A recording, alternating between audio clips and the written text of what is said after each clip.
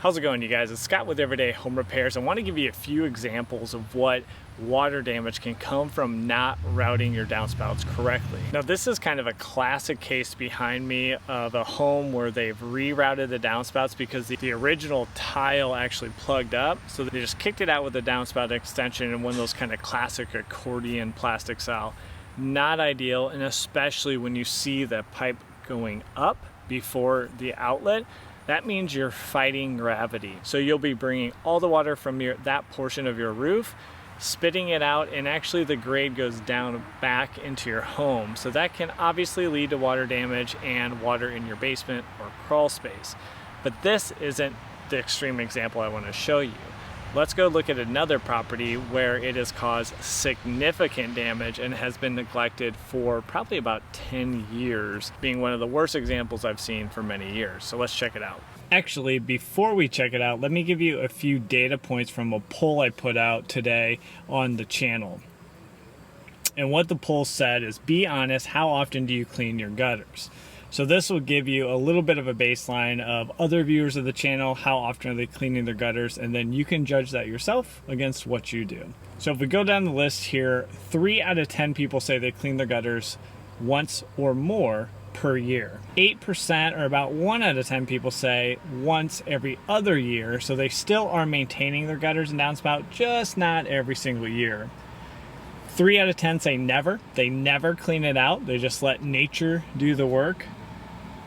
11%, or 1 out of 10 people, say they have gutter guards. So that's to note. Gutter guards might be a great investment for your home as it can help reduce the maintenance, but do remember some gutter guards can void your shingle warranty. So just be careful how long ago you got your roof, who installed your roof, might be worth checking it out. And then finally, 20%, or 2 out of 10 people, say they don't have gutters. So remember, certain types of houses and certain areas of the country, they don't have gutters and the water just goes right to the base, and maybe the soil type or the grade such where it doesn't cause any problems, hopefully.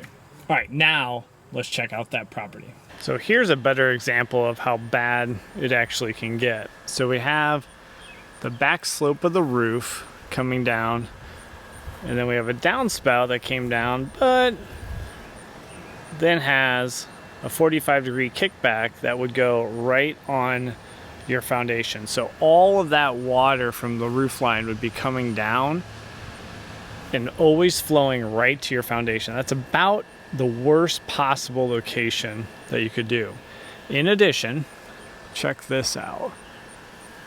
So this tree has been growing, I would say, probably 5 to 10 years against this home, and has completely destroyed and ripped off the gutter.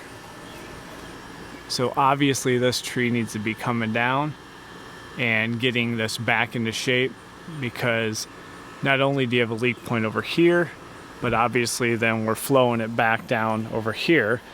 But that's not the end of it. Up front, we also have some issues. So now we'll walk up to the front. Now, the challenge with this is it was a rental property, so no one was paying attention for a long time. And then this causes these type of issues. So we can see we had at one time a downspout that would be coming off a front gutter, which is no longer there. So all the water falls down onto this driveway and then starts disturbing the base of the concrete.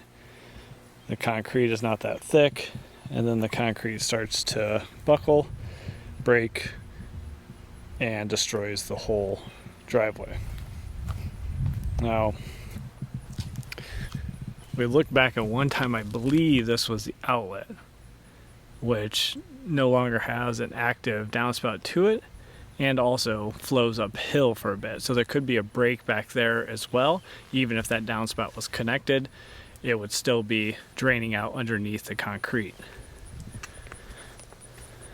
Additionally, you have your front entrance, which has had a lot of water issues, which has basically rotted away the threshold and also caused a lot of water damage on the ledger board here for this front deck slash steps. Can't see that great, but a lot of repair needed here as well.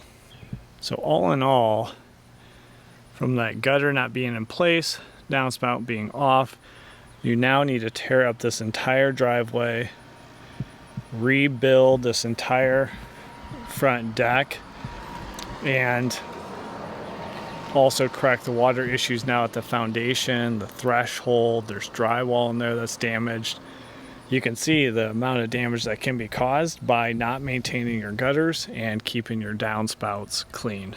So I know that was a bit of an extreme example, but it is a real world scenario. This was a rental property that the owner wanted to sell, so I walked through it, and I will not be buying that property. A lot of that is due to all the damage that was caused from the improperly maintained gutters and downspouts. Now let me know down in the comments, have you guys seen anything that bad or worse? I'm curious to find out. And it just goes to show, if you have rental properties, it's always good to check out, how are the gutters, how are the downspouts, is everything the way you expect it to be, or does it need some attention?